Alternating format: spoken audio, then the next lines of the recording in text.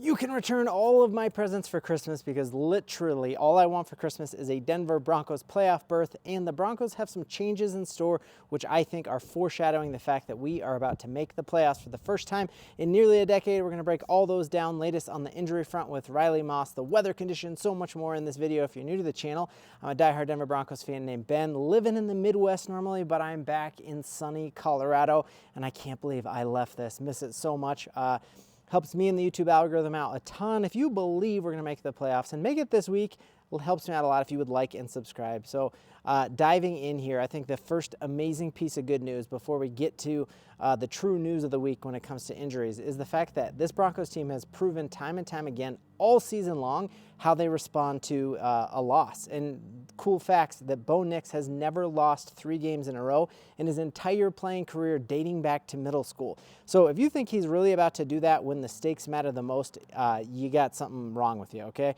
Because that's just not about to happen. You look that, yes, the Broncos lost 2 early games early in the season before we figured things out with Bo Nix. And from there on, every single loss that we had, no matter how gut-wrenching or embarrassing it was, the Broncos rattled it off with multiple wins, 3-game win streak, 4-game win streak, 2-game win streak. So you look at after getting that field goal block, the most notorious one, we all were wondering, like, are the Broncos about to pack it in? Like, how were they ever going to recover from that? They rattle off 4 straight.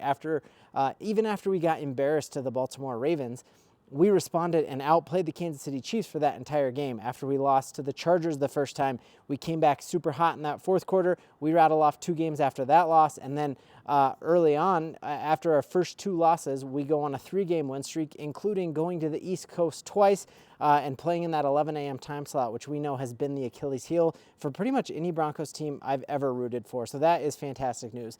The big news of the day is that, yes, the Cincinnati Bengals are a high-potent offense. Joe Burrow is playing at an MVP level. But they say matchups make fights, and it's the strength of the Cincinnati Bengals meeting the strength of the Broncos, and I think that is a tie right there. I think the fact is Riley Moss has gotten, after that Raiders game, Sean Payton told us after that game that if it was a close game, he could have even gone back in that Raiders game. So I think the fact that we have held him out through a bye week, through this elongated 10-day off on our mini bye because of playing a Thursday night football game, I think he is going to be ready. And if he wasn't going to be ready, I don't think Sean would have talked about how our defense played so well because of him. And he said, hopefully that happens this week with Riley Moss coming back to it. I don't think before our Christmas, Sean Payton gives us that kind of, hopefully that happens this week if it's not going to happen.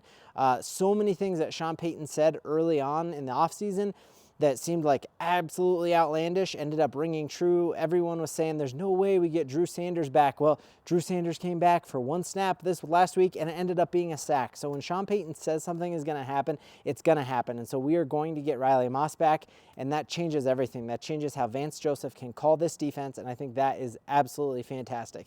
The Denver Broncos are making the playoffs extremely serious. They, get to choose what they're doing during this time, and the Broncos chose to practice not only today on Christmas Eve while we're all stuffing our face and just take it hanging low. They are out there practicing today, and they are also going to practice tomorrow. So despite the fact that they had this 10-day rest period, they are gunning for it. They aren't just like folding it in this week and waiting and giving their best punch next week to the Kansas City Chiefs. They are going all in this week, practicing both these days, and I think that is going to be an absolutely phenomenal thing. The incredible thing about this Broncos team to me is just the fact that Sean Payton has been able to toe that line perfectly between being like a player's coach who builds up tons of vibes and people love playing for him, and being an authoritarian who like toes the line and keeps players in line. He doesn't have guys like Deebo Samuel tweeting about, I don't get the rock enough, or players leaving mid-game, or even how the stuff that just went down with Deontay Johnson with the Ravens. Like, he has this team locked in, practicing Christmas Day and Christmas Eve, yet he's developed this, like, there's like this friendship and this bond, and it is a college atmosphere. The fact that our entire quarterback room and their wives are hanging out together and taking Christmas jammy pictures, which not sure how manly it is to wear matching pajamas with your wife. Let me know in the comments. If it's manly, I'll start doing it.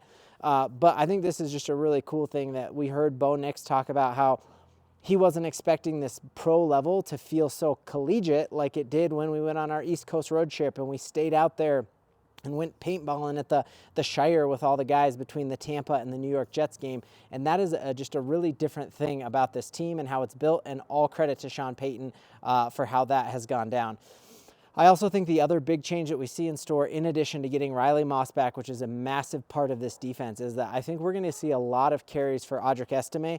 We know that Sean Payton wrote run it on the top of his play sheet, and that is going to be even more important this week, as it's actually even worse weather conditions than when we played the Jets back way early in the season, week 3 or 4. And so I think you're going to see a lot of running, and that favors the Denver Broncos because we have not allowed any team to run the rock on us with success. Even that Baltimore game, we held Derrick Henry to 22 yards in the first half, and then we threw some different things at him the second half, and obviously he surpassed that. But we held Jonathan Taylor in check. We held Bucky Irving in check when we played the Tampa Bay Buccaneers. So this defense is going to be playing against a run-heavy Bengals team, and I think the Broncos are going to get the run game going, and like they did in the first half against the Chargers, they're going to stick with it this time, and I think it's going to be a fantastic thing for us getting to the playoffs and winning this week. And it would be a surprise because if you look across the league, we are 3-point underdogs. Despite the fact that we are more rested, we are more healthy, we are more motivated because it's been a drought here of playoffs for the Denver Broncos. I also think all of the hate that has been piling in on Sean Payton, you've even seen on Twitter some people calling for Sean Payton's job, and nobody takes like his opinion of him more seriously than Sean Payton. I think we are going to see the most creative play callings that we've seen all year. I think we might even see Bo Nix as a runner more this year because teams have not really had an answer for that, and yet we debuted it a little bit. I remember that Thursday night game when we had read option for Bo. Bo almost had 100 yards rushing himself in that game against the Saints. I think we see that very similar thing here against the Cincinnati Bengals, and it would shock the world because the Broncos would make the playoffs, which is wild because we were only supposed to win 5 games. But also, we're massive underdogs in this with most of the national media picking against us, which is truly right where we would like to be. And really, the sky is the limit at this point, you guys, because we are playing this well despite a massive Russell Wilson cap hit. We are playing this well despite not having multiple draft picks because we had to trade them to get Sean Payton, the draft picks we lost to get Russell Wilson.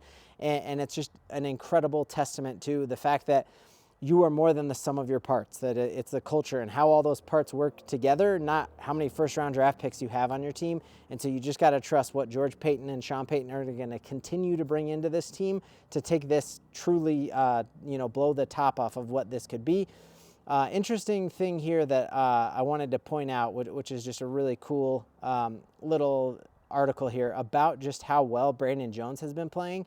And I think this is the testament to this being the new floor for the Denver Broncos, is we're going to be in the playoff conversation for the next decade as long as we have Bo Nix. And that is because we have an amazing evaluator of talent in George Payton who's able to look at the system that Sean wants and go out and find pieces. I think coming into the season, we all were concerned with how is Brandon Jones going to step in for our only Pro Bowler last year in Justin Simmons. We were very worried about it. And actually, we have arguments that Brandon Jones has actually outplayed Justin Simmons, how he played last year, that he tied a Steve Atwater record, and anytime you're even in the same conversation with him, that's a phenomenal fact. And so we just got to trust that.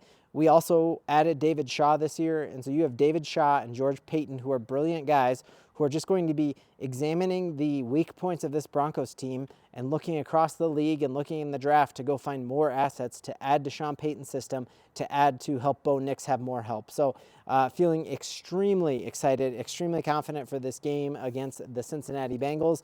My family hits the road driving back 17 hours, but I will be back in time to live stream the Cincinnati Bengals with all of you. So let me know in the comments, what is your Denver Broncos prediction for the game against the Cincinnati Bengals? And let me know, if you got anything really cool that's Broncos related for Christmas, maybe a Bo Nix jersey or a Pat Surtain jersey. Either way, y'all, we got a ton to Bo-LIEVING.